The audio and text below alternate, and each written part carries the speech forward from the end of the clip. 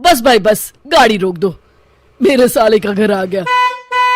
अरे दीदी, जीजाजी, आप लोग आ गए। कैसे हैं जीजाजी? अरे वो सब बाद में, पहले टैक्सी वाले के पैसे चुकता कर, इसे बहुत जल्दी है। हाँ हाँ जीजाजी, मैं अभी पैसे दे देता हूँ। टैक्सी वाले भैया, कितने पैसे हुए आपके? जी कुल मिलाकर 6,000 रुपये। अरे मर गया रे, 6,000? भाई टैक्सी का किराया मांग रहे हो या हवाई जहाज का? अरे जीजाजी, ये क्या है? टैक्सी वाला 6,000 रुपये मांग रहा है। अब क्या बताऊं साले साहब, ट्रेन में सफर करने में आजकल मजा नहीं आता, इसलिए मैं टैक्सी बुक करके ही आ गया। अरे भाग्यवान, तुम बच्चों के साथ सामान लेकर अंदर चलो। क्या भाई, ये तो बहुत ज्यादा है, कुछ कम नहीं हो सकता क्या? ये सब तो आपके जीजाजी को टैक्सी बुक करने से पहले सोचना चाहिए था। एक शहर से दूसरे शहर टैक्सी लेकर जाओगे तो इतने तो पैसे लगेंगे ना। मेरे पास समय नहीं है, जल्दी मेरे पैसे दो। ठीक है देता हूँ। मनोज मजबूर होकर टैक्सी वाले को पैसे दे देता है। फिर शाम को जब सब लोग खाना खा के उठते हैं, जीजाजी, ये आपका कमरा है। ओह, ये कमरा कुछ ठीक नहीं है। वो कमरा किसका है? वो मेरा कमरा है।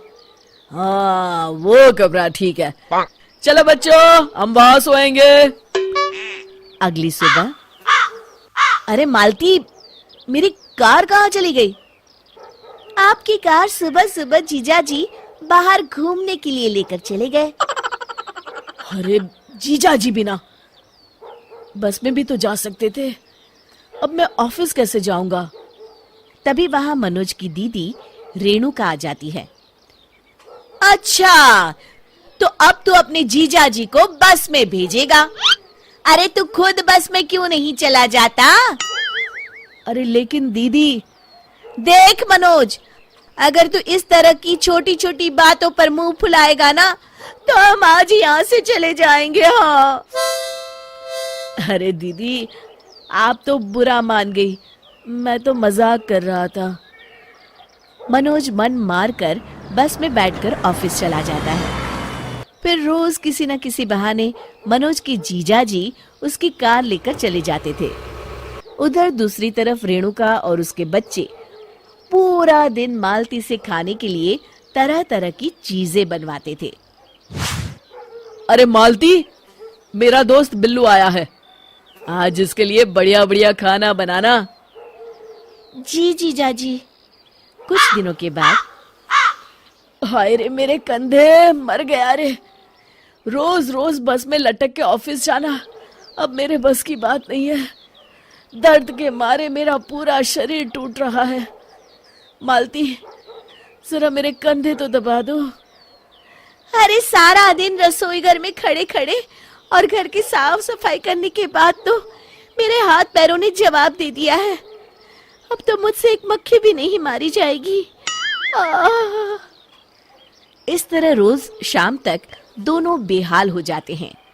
फिर एक दिन, अरे भाई मनोज, मेरी दुकान पर तुम्हारे जीजाजी के पूरे 10,000 रुपए की उधारी हो गई है। भाई मैंने तो तुम्हारा मुंह देखकर उन्हें उधार दिया था, अब मेरे पैसे दे दो, मुझे बहुत जरूरी काम है। क्या? अरे मर गया रे, 10,000 की उधारी। फिर मनोज मन मारकर अपने जीजाजी की उधारी चुकता करता है। मालती, अब तो हद हो गई, अगर जीजाजी यहाँ और कुछ दिन रुके तो हम सड़क पर आ जाएंगे। आप सही कहते हैं जी, ये लोग इतनी आसानी से यहाँ से जाने वाले नहीं हैं, हमें दूसरा रास्ता अपनाना पड़ेगा। अगले दिन, अरे जीजाजी, आज आप घर पर ही हैं? ये लीजिए मेरी कार की चाबी, जाइए जाइए बच्चों को लेकर कहीं घूम आइए। अरे आज तो कमाल हो गया, ये खुद कार की चाबी मुझे दे रहा है। गजोधर कार लेकर चला जाता है, लेकिन आधे रास्ते में ही कार बंद पड़ जाती है। अरे ये क्या हो गया इस कार को? ये तो पूरा सुनसान इलाका है, यहाँ तो दूर दूर तक कोई नजर नहीं आ रहा। अरे मर गया, अब क्या करूं? फिर गजोधर किसी तरह घर पहुंचता है। मनोज, ये तुम्हारी कार की चाबी। आज के बाद मैं इसे हाथ नहीं लगाऊंगा। हाँ। अगली सुबह। हाँ भाई मनोज, मालती कहाँ है? अभी तक नाश्ता नहीं लाई। अरे जीजा जी, कल रात मालती गिर गई थी, तब से मालती को कुछ भी दिखाई नहीं दे रहा। मैंने डॉक्टर भी बुलाया है। तभी वहां डॉक्टर साहब आते हैं और मालती की आंखों की जांच करने लगते हैं। हाँ भाई डॉक्टर, क्या बीमारी है, कुछ पता चला? मनोज, ये आदमी कौन है जो इतनी बदतमीजी से बात कर रहा है? डॉक्टर साहब, ये मेरे जीजा जी हैं। ओ जीजा जी, अरे माफ करना, आपका तो बोलना बनता है जी। देखिए, सर पे भारी चोट लगने की वजह से इनकी आंखों की रोशनी पूरी तरह जा चुकी है। अब ये कभी नहीं देख पाएंगी। अच्छा, अब चलता हूं मैं। फिर अगले दिन से घर का सारा काम रेणुका को करना पड़ता है। उधर मनोज की कार खराब होने की वजह से जीजाजी भी कहीं घूमने नहीं जा पाते। दूसरी तरफ मनोज घर की बिजली भी कटवा देता है। क्यों भाई मनोज, हमारे घर की बिजली को क्या हुआ? दूसरों के घरों में तो बत्तियां जल रही हैं। जीजाजी, वो मैंने कई महीनों से बिजली का बिल नहीं भरा है ना। अरे तो जाकर पहले बिजली का बिल भरो। अरे जीजाजी, हजारों रुपए भरने पड़ेंगे, मेरे पास अभी इतने पैसे हैं नहीं। अब तो इसी तरह गुजारा करना पड़ेगा जी। इस तरह गजोधर और रेणुका का उस घर में जीना मुश्किल हो जाता है। हाय मेरी कमर, इतने लोगों का खाना बना बनाकर मेरी तो हालत खराब हो गई। ये बच्चे सारा दिन बुआ ये बना दो, बुआ वो बना दो कहकर मेरी जान खाते रहते हैं। ऊपर से बिजली भी नहीं है। तुम सही कहती हो, सारी रात गर्मी में मच्छर काटते रहते हैं।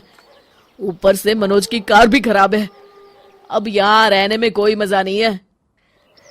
मजा तो अब यहाँ रहना किसी सजा से कम नहीं है। हम कल ही यहाँ से चले जाते हैं। हाँ हाँ, कल ही चलते हैं।